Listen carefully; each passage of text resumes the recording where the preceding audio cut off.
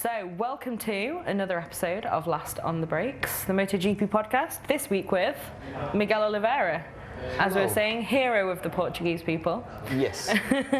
Also responsible for rescuing my tooth, thanks to your friend in yes, true. 2020. Yeah. You saved the Portuguese podium announcements because it actually saved my mouth. So, multiple skills. You're welcome. Thank you very much. So, I mean, Miguel, obviously everyone listening to this will be a level of fan that knows you to some extent already, but we want to get to know you a little bit more and also talk to you in what is equal parts been a really interesting and exciting switch for you, and at the same time seeing you have some truly awful luck this season. I was looking at it last night to just kind of refresh myself with it. You finished 3 Grand Prix races, 10th in Germany, I think. The other 2 were in the top 5. Yeah. So when you've been allowed to get there, it's actually gone pretty well, right? Yeah. But let's start then with this new season, new era for you. Cryptodata RNF team, now with the Aprilia, which we saw already won a Grand Prix last year. You're on the bike that won that race last year and that challenged for the title, not on the current one. How is it? How is this new chapter, other than the look, which we'll talk about separately? It's been an interesting road, to say the least. I've started in this project with obviously high expectations, knowing also that the team had the bike for the first time, so also they had to be needed time to adapt to a new bike, to new everything, new software, new way of working. But I came in really excited, hoping that the season was going to start really well, and it did start kind of well. I have to say, I was. You were right up there. I was right up there. I had a good first GP, except for Sunday, but I really enjoyed myself. I feel like, in your introduction, like every time I've been able to ride the bike without any issues, either physically or basically being just able to race. Just everyone else deciding that you're not going to finish the race today. That or little technical problems. I've been able to be quite competitive, and that kind of gives me a sense of don't give up, because it's also easy to kind of get into a negative spiral and not look forward to anything. But every time I've been on the bike, I've been quite competitive, so that lifts up my spirit, and I just need to keep going, I feel. Well, I mean, like you said, it's been great watching you in those times when you've been allowed, quote unquote, to really take part in the race and get in the battle, especially Silverstone. Yeah. How was that from on the bike? Because for us, it was amazing as well, because obviously on TV, we always try and show as much of the battles that are happening as possible. But when there's that smaller group at the front and someone catching, it's the timing screen where you see that time go down and then suddenly you were there. Look, it was amazing. It definitely is a huge pleasure when you are on the winner's frame, so that means you're doing good. It was a great race. I wasn't expecting too much, starting 16 in the grid, but everything came my way. I had a good start, overtaking riders and pull away a little bit, benefited for a couple of crashes, but nothing special. And it was a great weekend. Also, the bike was working amazing there, so I had a really good feeling. It is an Aprilia track, isn't it? I think from now on we can say it is an Aprilia track, because everyone got a great result there.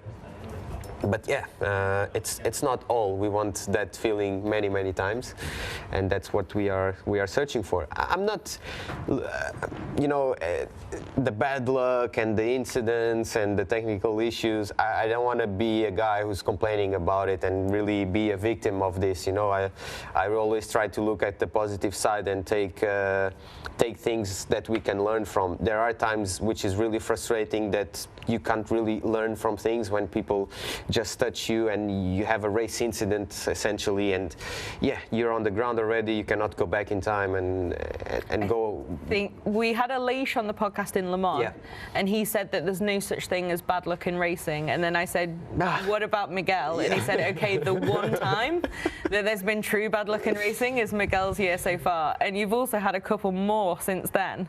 Yeah. But it is all, I guess, does it help mentally to know it's not your fault? Like it's not you that's hit someone else, kind of. It is strange, you know, because when it's your fault or you do a mistake, actually you can work on it, you can work on yourself, pull some responsibility towards you. When there is nothing really in your control, then it really becomes kind of empty, so you just have to move on. But my strategy is just try to put life in perspective in general. There are people which really have bad luck, you know, there are people with real problems. Me having not a great season in MotoGP, I don't think is the end of the world, but can be a start of something even better for me in the future, and because it's maybe making my character even stronger. So I think I'll be more than ready when the opportunity comes. I see what you mean about perspective, but I think some of us as well are listening to you say that, and we're like, yeah, okay, maybe we can also calm down and take some inspiration from just, seeing the whole picture maybe a little more globally, rather than, oh, I've had to leave today at 8:30 p.m. and I'm very hungry. Exactly. But so let's talk about this season then. Like you said, it was a whole new adventure for you, obviously moving from KTM to Aprilia machinery. New adventure for the team as well. Yeah. I'm sure that, I mean, how did that come about? What convinced you to make that decision? Because I believe you did have the offer to stay where you were as well as the offer to move. Mm-hmm. So what was that kind of, and how was the first experience when you kind of walked into the garage for the first time? And well, first of all, I had really pleasant meetings with Massimo Rivola, and that I think was the turning point when you feel like the team wants you, when you feel like the whole factory is looking forward to know you, to work with you. I also got into a stage of my career where I wanted to try something different. It's not, you know, every move is risky, every move it's done with the intention to go better, not worse, and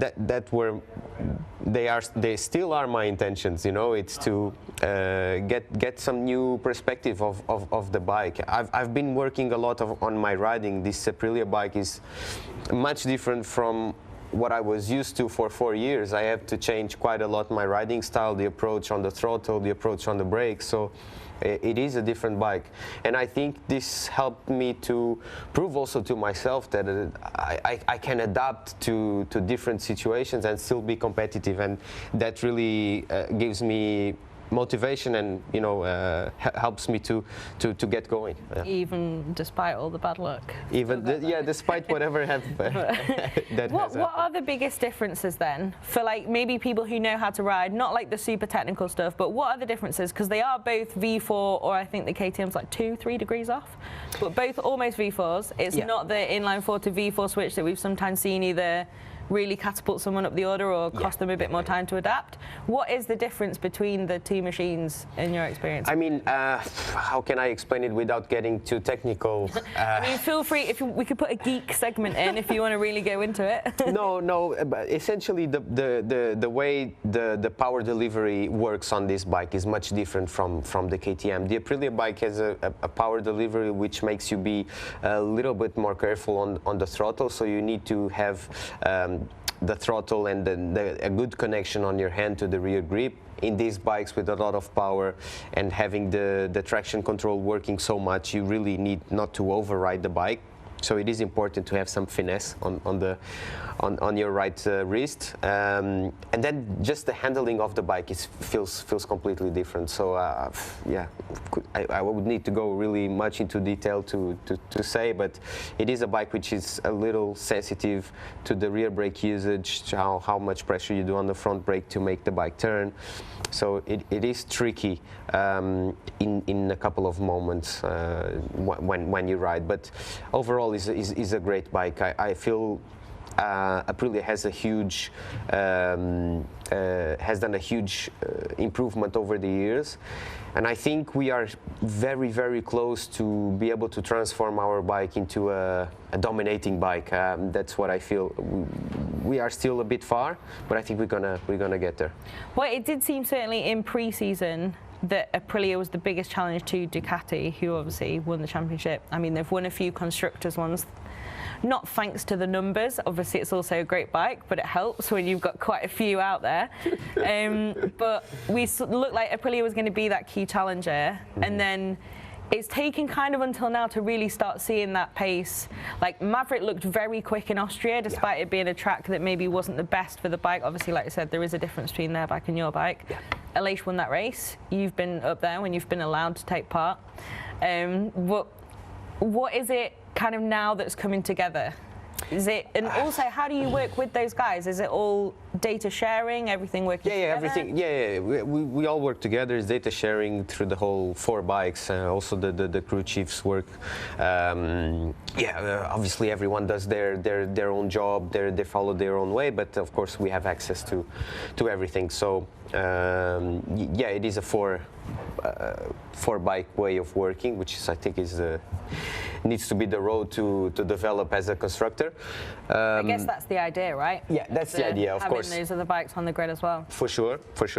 I don't know why the season hasn't been put together perfectly. I think it comes down to very little details, which we are still not strong enough, and that really costs the overall result of the weekend. As you said, I've seen Aleix, I've seen Maverick really strong in a couple of places, but sometimes they crash, sometimes they had a bad luck in the start, sometimes things didn't really come together in their key moments of the GP during the weekends, and I think that really costs a good result.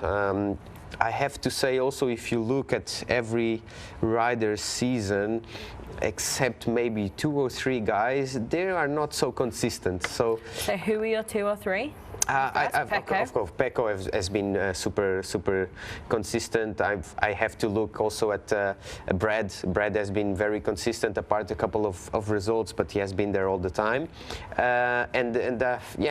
Bezzecchi, except Silverstone, he has also been challenging quite regularly for the top position. So apart from these guys, I think everyone's season has been kind of up and down. No one's really found that perfect sweet spot. Exactly. So I don't think we can really blame them or really have one key factor that say the season didn't come together for them for some reason. I think it's more. Rider okay. We've got a light change. I was like, is it me blinking or? No, it's this light here was. But yes. Yeah. Rider okay. Just maybe it's the Miguel effect. Come on, no. No. But so obviously, like you said, then everyone working together, data sharing. You said you got that really positive kind of feeling from Rivola when talking to them about joining Aprilia. In terms of like the culture then and working with Aprilia, what are the best things that you found about it? Because you said you wanted a change of scenery as well. Obviously, from the outside, everyone has their way of working. I'm not asking you to trash talk the past or talk no, not at all. No, I tell you, what is it that kind of makes it? Look, I have nothing to say. I have only good things to say about my past and the journey I had with KTM was amazing. Was fantastic, and also here I found that also when you are new in some place, people always make a good effort to try to please you and try to make sure everything's okay. Yeah, it's like human normal life, isn't it? Like, oh. it is. It adds up a little something different that maybe I was searching for and I maybe was not seeing there. But yeah, I'm really happy with also the environment we live inside the garage. So obviously, working with the Italian group is it's different. But I also had plenty of Italian guys also in the KTM group. This is the thing. I think maybe sometimes people think like Ducati, every single person is Italian. KTM, every single person is Austrian, except the people you've literally seen move over. And then maybe Aprilia again, all Italian. But the paddock is so international. It is. My team is also all British. My team is all literally. British. Except for my crew chief, which is Italian. And except for Wilco. And Wilco, which is Dutch. Wilco Tour Life. And all the management part, and it's. But yeah, you're, in fact, that's a really good example because obviously you've got so many different, you've got 2-3 continents in just that one team. It's not bad. Yeah, 3. Yeah. It's not bad. Yeah, it's not bad at all. Yeah. So Italian culture, but also a bit of British, Dutch at the top of it there.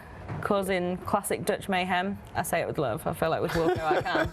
If he happens to keep listening to episodes he's not featured on, I'm sure he won't be angry. No. But what about working with Raul then? Completely new teammate. Obviously, he came from the same machine, so yeah.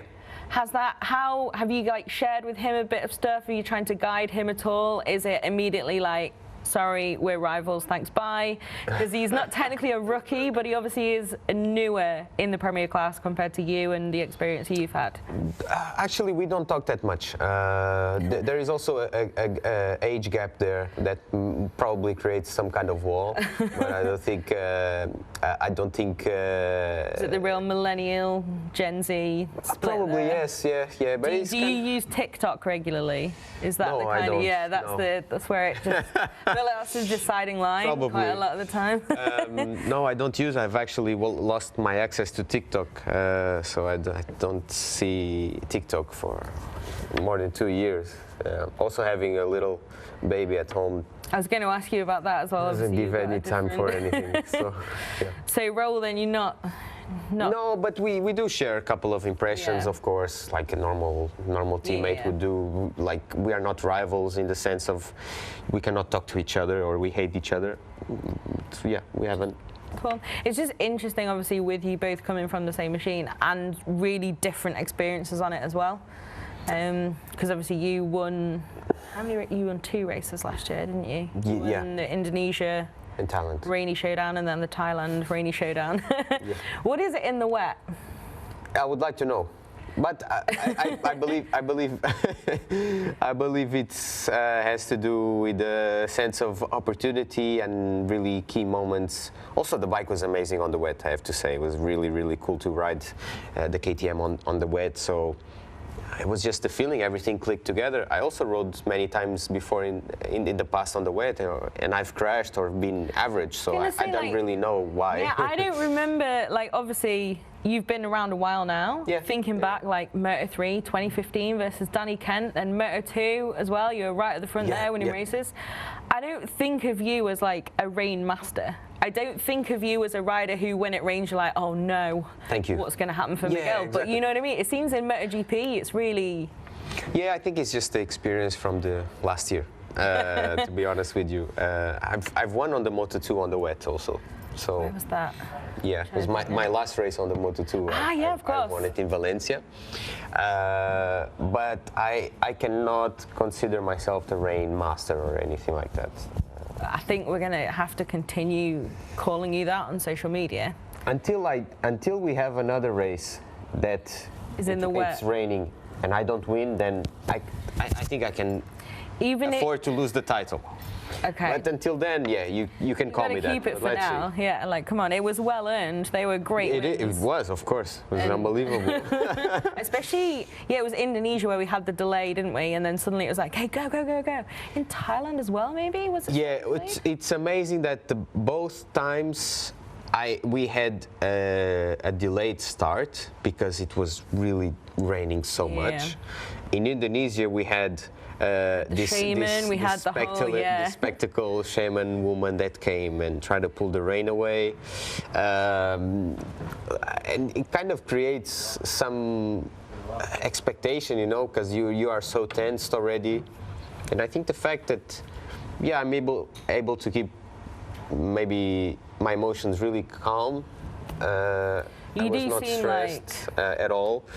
And was raining, so when it's raining, you cannot be super stressed, and because you might as well crash. I think there's 2 ingredients there that really played a part in my success. Looks like it might be rainy this weekend here. Yeah, it looks like, yeah. What are your thoughts on that? It's not a track with the highest grip traditionally in the wet. No. It does look like it'll be warm though. I think it will be the worst conditions on the wet because the track is very low grip. I immediately regret my question. Because it will be bad. Great, thanks, Miguel. Yeah. Great so PR-friendly answer there. When it rains in other tracks, it's like it doesn't matter. It's okay. But here I'm quite I'm quite scared, to be honest. Let's see. I don't know. Thanks, just hammering it home that it was a terrible question to ask on the official podcast. It's okay. But well, yeah, you mentioned earlier then, family, like you said, different generation to Raul. One of the now, I mean, this is the difficult thing, isn't it? Because like veteran, it sounds like you're like Dovi about to retire. No. Experienced rider is positive, obviously, always, and you do have plenty of experience. Elder statesman sounds like you're sort of Gibber now coming back for a wild card. But you are one of the riders who's been around a while, and you've got, like you said with perspective before, you've got a life away from the track. And it's something that's always been quite important to you, I think, when we've spoken to you before. Yeah, you that know, perspective and that balance, right? I see life in a 360 degrees, you know. I've seen, obviously, my life and everyone who's in it, my inner circle, everything gravitates around me racing bikes. But it's nice also to, while I'm racing bikes and pursuing my passion, my goal, to kind of also try to make a family grow. I think many riders in their careers, or athletes in general, maybe they lose the timing where they can actually build a family with their partner, and when they finish the career, maybe it's again a little bit too late to start another life. And I really wanted to be a father young, because my father had me when he was 23, so I know the relationship I have with my father, and I think the age gap, it's really good. So I wanted to be a father early, and which is not early for nowadays. I think it's normal. But yeah, if I had the chance to still be competing and having a family watching that, what can be more rewarding, you know what I mean? So yeah, so far everything is going according to plan. Yeah. And you do have a daughter now as well. Yeah, I have Alice, yeah. Has that changed anything in the way you ride, work, anything here, other than obviously the time? I'm much more relaxed about everything. Maybe this is the secret. You're claiming that you're zen. Maybe it's the daughter effect that this year is just like, right, well. You know, inside the house is a nightmare. Everything in my life was everything tidy, everything controlled, scheduled. And once you have a baby coming into your life, you lose that. Your house becomes a mess. You cannot get hold of things because everything is all over the place. And if you want to have like 5 to 10 minute rest, you cannot be cleaning and every time. So you just learn how to be relaxed. Also, you go through some situations where they have real problems and they get sick, and you have to go to the doctor with them. And you for the first time in your life, you feel like you can literally give your life for someone, for another human being, and that's a really powerful, strong feeling. I never felt that about anyone except my daughter. So yeah, everything once you get at home gravitates around her and family. And when I come to races, it's holiday completely. It's just enjoying myself and having fun. That's definitely the secret then. Yeah, I think being a father adds something to your life, which is hard to explain. But professionally, I think you take things into another perspective, and definitely put some probably harder work. I feel stronger than ever. To be mentally. It's interesting because everyone's like, oh wow, splitting your energy almost between these two things. Not at all. Not at all. I feel stronger than ever being a father than being a guy which is just married and no kids. Okay, well, so looking at the future then, what are you hoping? Don't say like, yeah, I want to win the World Championship, want to win races, want to do this. Those are already taken as given. But what do you see in the next few years for you in MotoGP? I want to be remembered like people have a strong opinion about me. Like this guy, he was fast. He He was He a was great. the rain master. No, He was he was not he was not only the rain master. He was a master of riding the bike. Yeah, that's what I want. I also want people to remember me as a nice guy and not as but a nice guy which is strong. You know, not a nice guy like yeah, he's nice and yeah. And not just like yeah, hi, how are you? Hi, how are Yeah, you? cool. How are you going? Like yeah, I want to make I want to make an impact, a positive impact, not just dressing differently and be, you know what I mean? A little bit, yeah. That's what I want people to. I feel like you're doing well at that so far. Yeah, I'm super conservative. Super conservative, yeah. Yes, I am. My outfit choices are very basic. Yeah. I don't think they're conservative though. I feel like that implies it's like very formal as well. Yeah, probably. I'm not formal at all. I'm really relaxed in every environment. But yeah, outfit choices. I don't see the outfit choice as an expression. As an expression of yourself. Okay. Why should you know? Like I don't see fashion as expression of yourself. I see strange things in fashion. I don't see like. How can you express yourself being barefoot or having a, you know what I mean? So Miguel, really not about that then? No, not at all. Mark that down. It's interesting. Like part of me agrees, but then part of me is also like, this is not my natural hair colour. So at some point I've made a decision to express this. And then you wonder about yourself and you're like, why do I need to do that? Exactly, why, yeah. But then I see myself, my natural blonde, and I think, no, that's not okay. I like it for everyone else, but on me I look like an alien. I think you should be able to choose whatever makes you feel good in your own skin. If it is an outfit, go for it. If it is a hair color, if it is a makeup, you know, go for it. For me, I used not to shave, and now I have to shave because my wife told me I look better without a beard. So, okay, would you go for the full beard? I would. There was a point where I said, okay, I'm gonna go for the beard because I really like how I look. And then I took it off one day accidentally, and my wife was like, "Oh wow, you look great." I'm like, really? I look awful, but I don't like it. And she said, "No, please keep it because it's amazing. Also, you know, you can kiss Alice, and you know, no problems. But it's hard work every day. It's like shaving, but you know, it's little." I feel like that's the one thing guys have worse than girls in terms of like beauty standards, that the shaving, because that is an everyday activity if you want to keep it away. It is. It's a commitment. It would be much worse to have a period or a girl or a boy, you know, like to get pregnant. Yeah, that's... Okay, so shaving again, we're zen about that. Shaving is easy. Cool. Okay, so now we've got fan questions. Okay. This has gone off the rails compared to some of the chats a little so bit, far this year. But I think it's quite a good transition. I think some of these are also a little more casual than so how emotionally damaged have you been by the season so far? So the first one is from Joyce73 on, I don't want to say Twitter or X. I don't want to make the statement of deciding which, but from that platform. Okay. And it is, if you could steal one skill from another rider, which would it be and from whom? Sorry, Joyce, I changed your grammar. Let me check. I don't know. I'm perfect.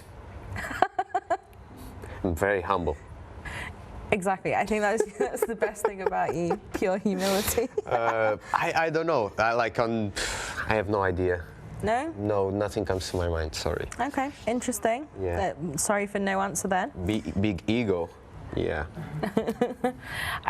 Okay.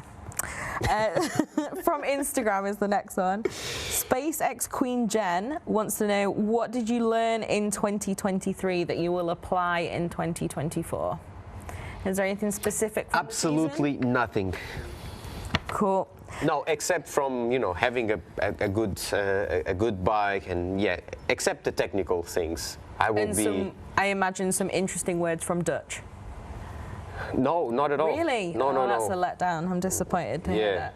I don't want to learn Dutch either. Well, next one then, we're going back to Portugal. Max dos Ramos wants to know, what is your favourite traditional Portuguese food? Good question. I like bacalhau à Brás. which is that grilled cod? No, is Because can be done different ways, but it's steamed cod. So I got the cod right. Yeah, you got the cod right, but it's made with fries. They are very thin, this long, together with the onions, a little bit of garlic, eggs, and parsley, and it comes like a little paste. It's really nice to eat. I like cozido à portuguesa, which is steamed different meats, pork, cow, ribs, all steamed together with potatoes, cabbage, carrots, and eggs. Yeah, I like everything. Portugal is a great country. Portugal is a great country. Especially for food. It's unbelievable. Every kind of grilled fish I love to eat. Every kind of... also the meat, we have incredible meat. Yeah, pretty much everything. That's good. Can't believe it. I mean, everyone who's not from Portugal or never been to Portugal will have... They are missing out on life, for sure. There you go, Portuguese Tourism Board. Yeah, come to Portugal, visit. Genuinely though, I will also recommend it as a non-Portuguese hero of the nation. It's a great place. It is. But okay, we'll write those down. Too many Portuguese though, there. Too many Portuguese people. Yeah. But anyway, can't have everything. I always think that. I go there and I see the resorts, I'm like, if only there were more British and German people here, it would be much better. No, so next one is from KevAndre936, also from Instagram. What's your favourite football club? I don't have any football club. I think that football in general is overrated as a sport, so not a big fan. Fan of a couple of athletes from football. I think quite a good, nice life story. Cristiano. I was going to say, you're going to go from hero to zero for some Portuguese people if you... No, come on, no, you cannot. I mean, Cristiano is the best athlete in the world. I risk to say he's a quite complete athlete in the sport of football, or soccer. For me, football. Football is football. Yeah. Football is football. Exactly. I mean, American football, they don't really use their feet, so yeah, I think we're okay to... it's all right. Yeah, guys like Messi, Neymar, these kind of guys, obviously you They're like bigger than the sport almost. Yeah, of course, they make a huge impact, whatever surrounds them, and that's obviously undeniable.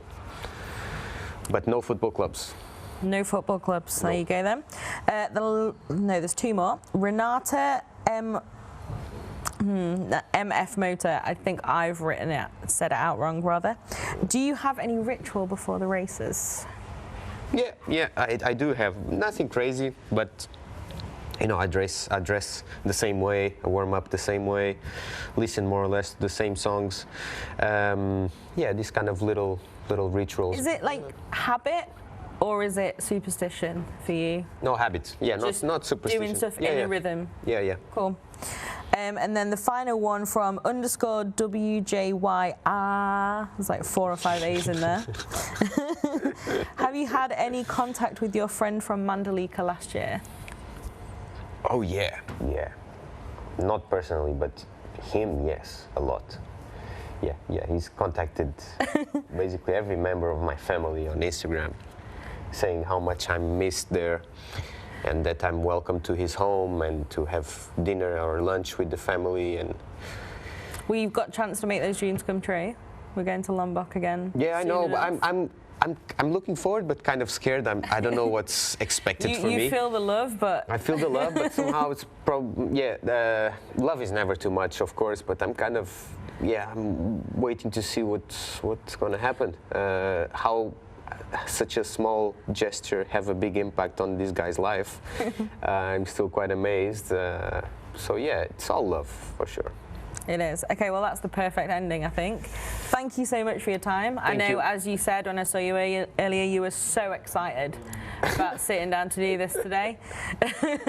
Have a great weekend though, Miguel. I think everyone, whether they've been following you a long time, whether they're newer fans, whether they used to hate you for whatever reason, I'm sure every single person this year now just truly wants you to get some luck. Yeah, I got some compassion. That's right. Yeah, 100%. Fingers crossed. We're all genuinely, all now, partly always cheering for you this season. Thank you. Best of luck and in future, and thanks so much for joining us. Thank you. Bye-bye.